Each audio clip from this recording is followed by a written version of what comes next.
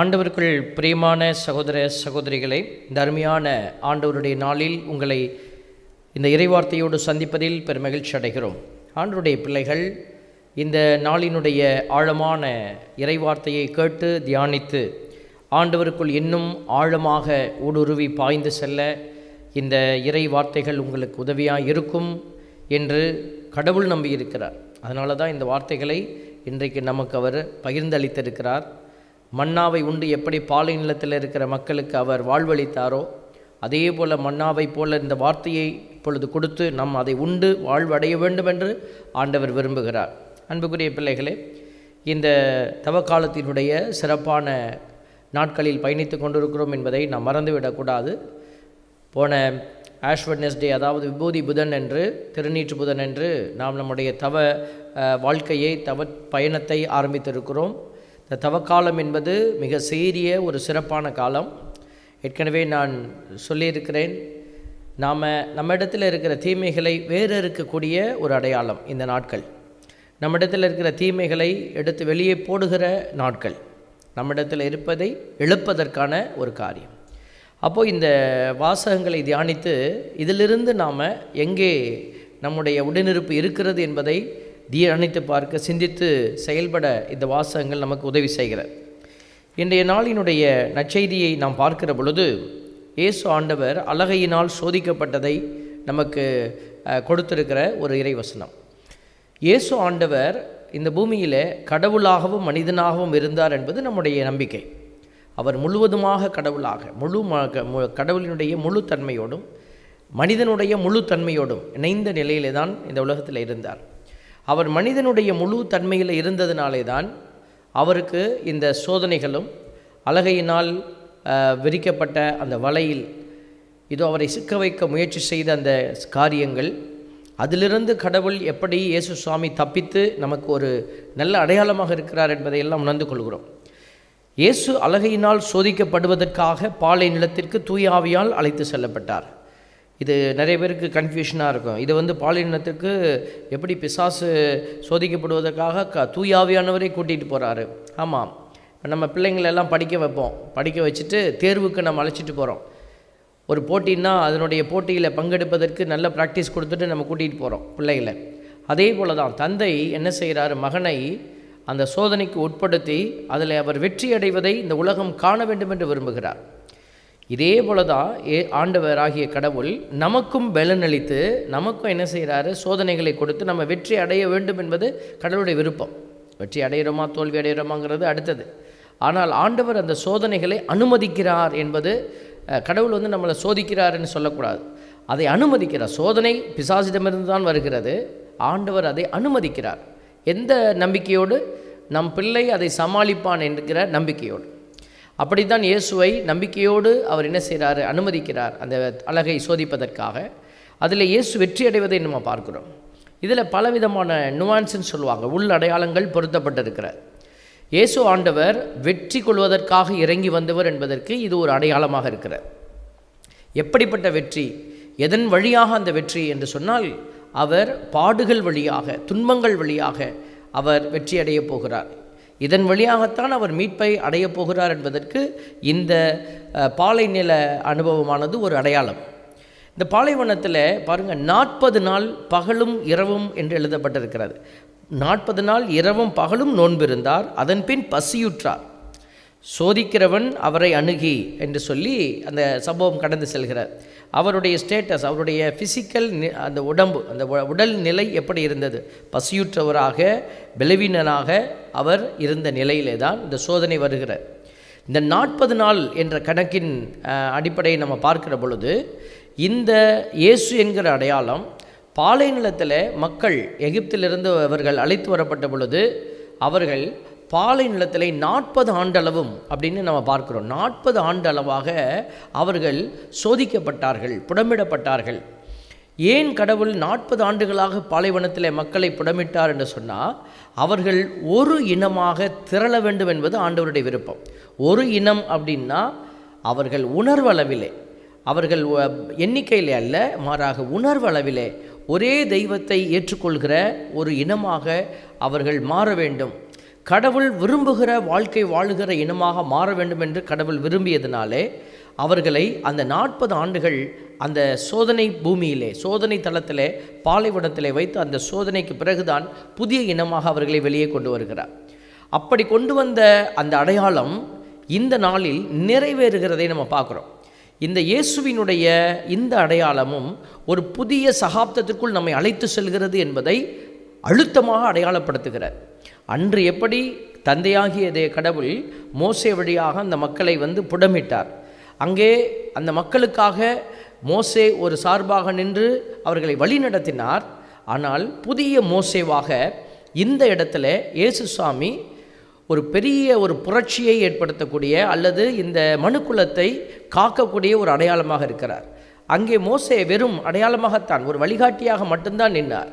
ஆனால் இந்த இடத்துல இந்த ஆண்டவராகிய இயேசு கிறிஸ்துவே செம்மறியாக, இவரே அந்த அடையாளமாக, இவரே அதனுடைய பலி பொருளாக நிற்கப் போகிறார் என்பதனுடைய ஆழமான அடையாளத்தை இந்த காரியமானது விளக்குகிறது. அதனால தான் இந்த இடத்துல வேறு சீடர்களோ வேறு மக்களோ இல்லாத ஒரு வெறுமையான நிலை. பாலைவனம் என்பது நமக்கு தெரியும், பாலைவனம் என்பது ஒரு வெறுமை. இந்த வெறுமையினுடைய நிலையிலே தான் கடவுளுடைய அந்த மீட்பு திட்டத்தினுடைய இந்த துன்பங்களை கடந்து செல்கிற ஒரு அழுத்தமான அடையாளம் இருக்கிறது. இயேசுசாமி அதை மக்களுக்கு உணர்த்துவதற்காகத்தான், இந்த வழியாகத்தான் நீங்கள் கடந்து செல்ல வேண்டும். அதைத்தான் நாங்கள் என்ன சொல்கிறோம், பாலைவன அனுபவம் என்று நம்ம சொல்லுவோம். இப்போ இயேசுசாமி கடந்து சென்ற அந்த பாலைவன அனுபவத்தை யாரெல்லாம் கடந்து செல்கிறார்களோ அவர்களும் சோதனைகளை கடந்து கடவுளுக்கு மாட்சி அளிக்க முடியும். இந்த அனுபவத்தை தான் இயேசுசாமி நம்ம எல்லோருக்கும் கொடுக்கவும் விரும்புகிறார், கடந்து செல்ல வேண்டும் என்று அவர் விரும்புகிறார். அப்போ 40 ஆண்டுகள் அந்த மக்களுடைய அந்த பாலைவன பயணத்தினுடைய அடுத்த கட்டமான ஒரு உயர்வு, ஒரு டேர்னிங் பாயிண்ட் என்று சொல்லக்கூடிய நிலைதான் இந்த பாலைவன அனுபவமான இயேசு கிறிஸ்துவனுடைய வாழ்க்கை அனுபவத்தில் நாம் புரிந்து கொள்ள முடிகிறது.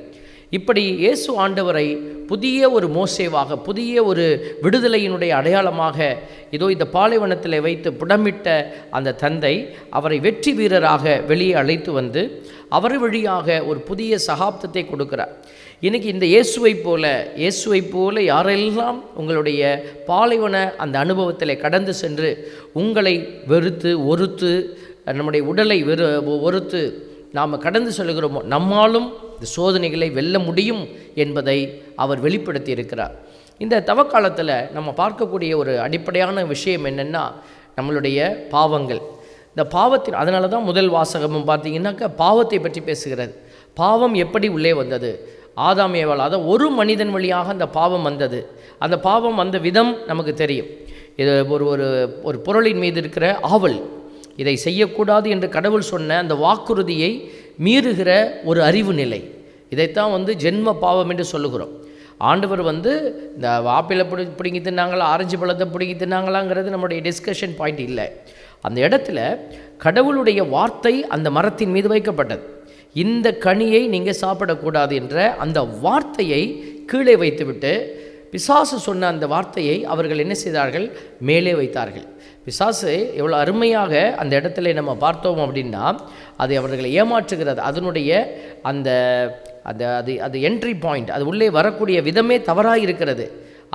அதை புரிந்து கொள்ள இந்த மனிதர்கள் மறந்து போனார்கள். ஆதாம் ஏவாள் என்கிற அடையாளப்படுத்துகிற இந்த மனிதர்கள் மறந்து போனது தான் வேதனை.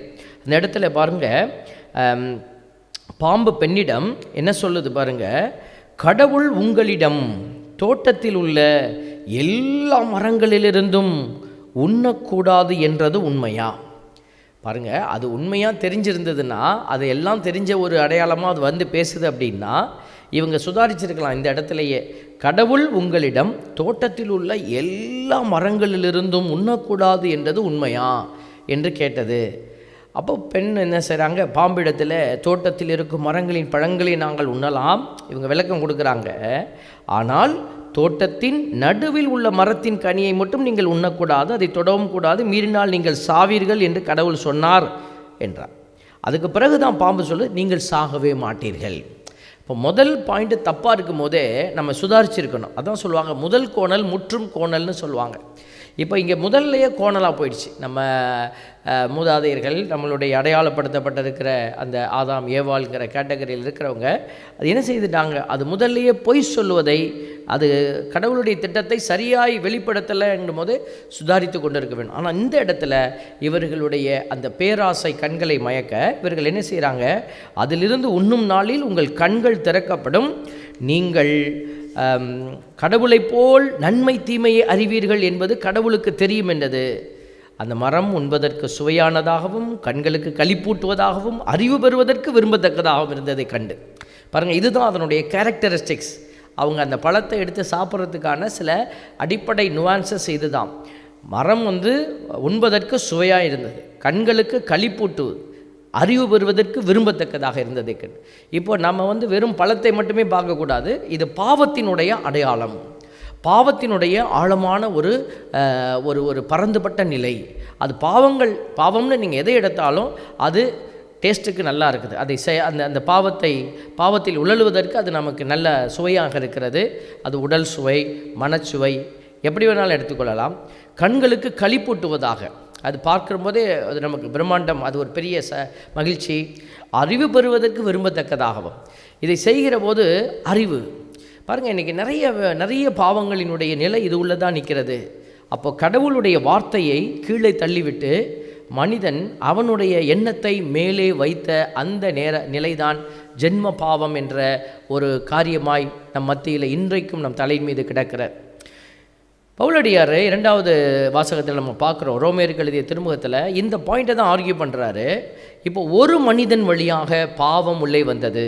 அப்போ இந்த இடத்துல ஆதாமா ஏவாளா அப்படின்லாம் அவங்க ஆர்கியூ பண்ணலை. இருவரும் இனிமேல் இருடல் அல்ல. அதனால் அவங்க ஒரு மனிதன் வழியாய் அப்படின்னு சொல்லிட்டாங்க. அதனால் நம்ம இந்த ஆர்கியூமெண்ட்டுக்குள்ளே போகக்கூடாது. இது ஏவாள் ஆதாம் அப்படி இப்படின்னு போகாமல் ஒரு மனிதன் வழியாக பாவம் உள்ளே நுழைந்தது.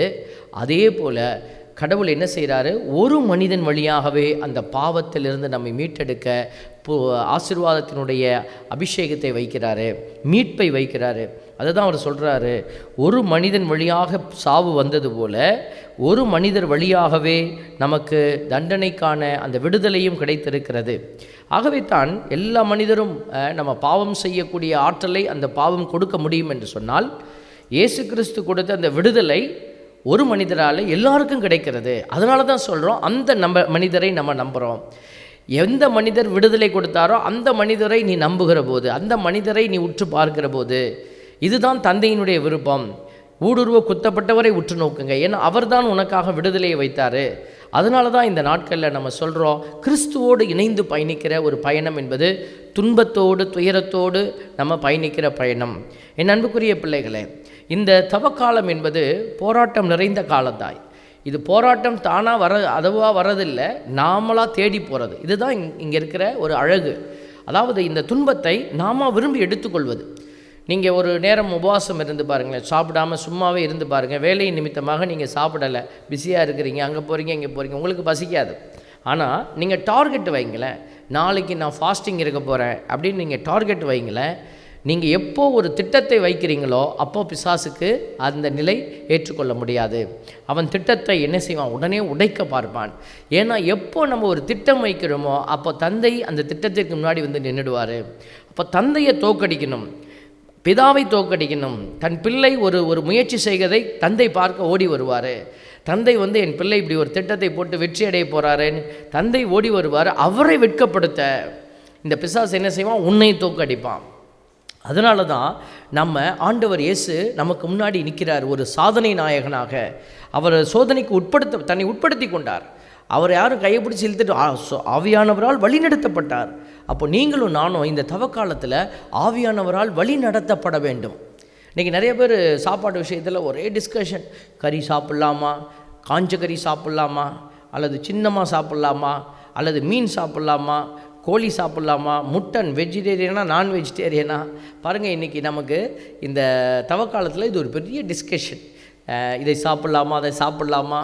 பாருங்கள், எது உங்களால் தியாகம் செய்ய முடியுமோ, எதை நீங்கள் தியாகம் செய்ய வேண்டும் என்று நினைக்கிறீர்களோ அதை நாம் தியாகம் செய்தாக வேண்டும். அப்போ தான் இந்த அனுபவத்துக்குள்ளே நீங்கள் போக முடியும். அப்போ இதுவா அதுவா என்பதல்ல, இப்போ ஒரு நாட்டில் இந்த விஷயம் நமக்கு பெரிய ஒரு பிடித்தமான காரியமாக இருக்குதுன்னா, அந்த பிடித்தமான காரியத்தை தான் நம்ம என்ன செய்கிறோம், கைவிட சொல்கிறோம். இந்த 40 நாட்கள் ஆண்டவருக்காக. மற்ற நாட்களில் நம்ம சாப்பிட்டுட்டு தானே இருந்தோம். அப்போ இதை என்னால் சாப்பிடாமல் இருக்க முடியாது, குடிக்காமல் இருக்க முடியாது, இதை பார்க்காமல் இருக்க முடியாது என்கிற அந்த காரியத்தை என் தெய்வத்துக்காக நான் விட்டொழிக்கிறேன் என்று வருகிற போது, அப்பொழுது தான் இந்த அருமையான ஆசீர்வாத தளத்துக்குள்ளே நம்ம பயணிக்கிறோம். இதை நீங்கள் ட்ராவல் பண்ணி பார்த்தீங்கன்னா அதனுடைய வலியோடு நிறைந்த ஒரு நிறைவை உங்களால் பார்க்க முடியும்.